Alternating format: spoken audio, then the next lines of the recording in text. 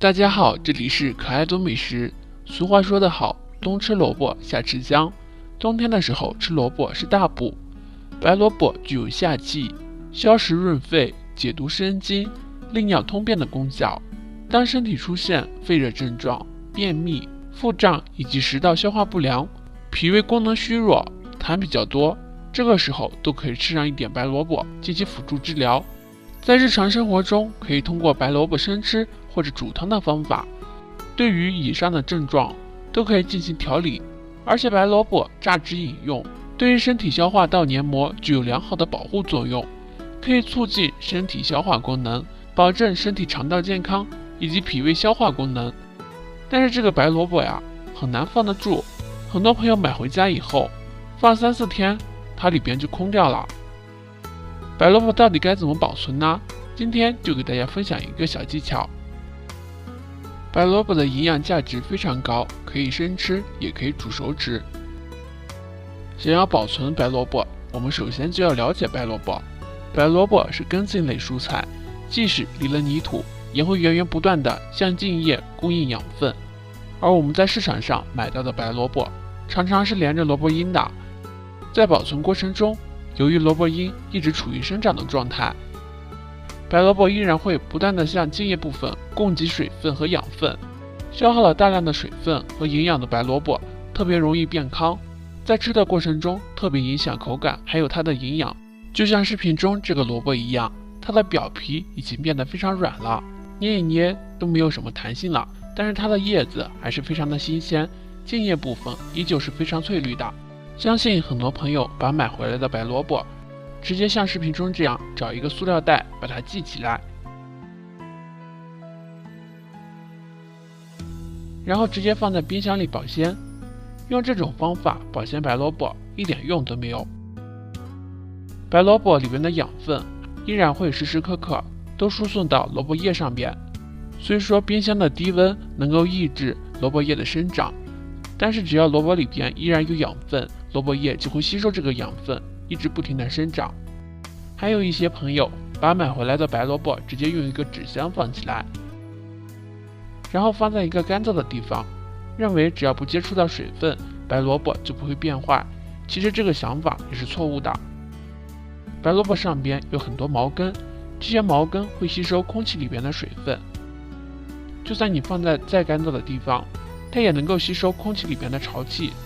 用这个方法储存白萝卜也是非常容易坏的。正确保存白萝卜的方法是这样的，我们应该找一个干净的毛巾，然后把它打湿，用它把表面的脏东西全都给它擦干净，尤其是泥土啥的全都擦干净，千万不能用水洗。擦拭到表面非常干净的时候，像这样就可以啦。然后再把萝卜叶和萝卜根直接切掉，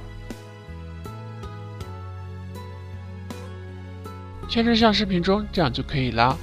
萝卜叶和萝卜根里边含有丰富的维生素、钙、铁等营养物质，最好不要扔掉，用来拌凉菜或者直接蘸酱吃都是不错的选择。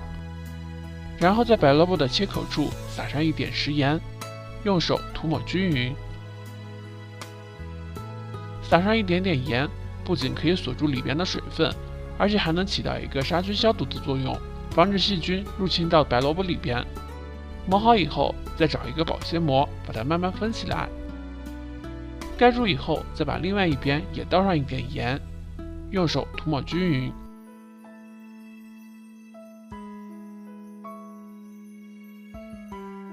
同样的，用保鲜膜把它包起来。包好以后，用手像这样给它捏一下，让保鲜膜紧紧地包在白萝卜上边。然后我们接着用保鲜膜完完全全把白萝卜全都包起来，把白萝卜用保鲜袋密封起来，可以减缓白萝卜里边部分水分的流失。而且我们在保存的时候已经切掉了头尾，这样白萝卜里边的水分可以保存很长的时间。用保鲜膜完完全全包起来以后，把白萝卜放在冰箱里冷藏存放。白萝卜茎部有很强的再生能力，一旦有适当的温度和湿度，就可能再度长出新茎叶。冰箱中0到5度的温度，能够保证白萝卜不会再长出新的茎，所以这样存放多久，白萝卜都不会变坏。白萝卜的营养价值非常高，可以生吃，也可以煮熟吃。现代的营养学研究表明，萝卜里边含有丰富的碳水化合物和多种维生素，能够有效的抑制黑色素的形成，防止脂肪氧化，防止脂肪沉淀。而且萝卜里面含有大量的植物蛋白、叶酸，经常食用萝卜还可以洁净体内的血液和保护皮肤，同时还能够降低体内的胆固醇含量，更有利于人体血管弹性的维持。大多数的人都把萝卜叫做小人参，冬天的时候家家户户都会吃白萝卜，所以萝卜便宜的时候大家可以多买一些，用以上的方法保存起来，放多久萝卜都不会坏。好了，今天的视频就到这里啦，如果你喜欢的话记得转发收藏哦。这里是可爱多美食，我们下期视频再见。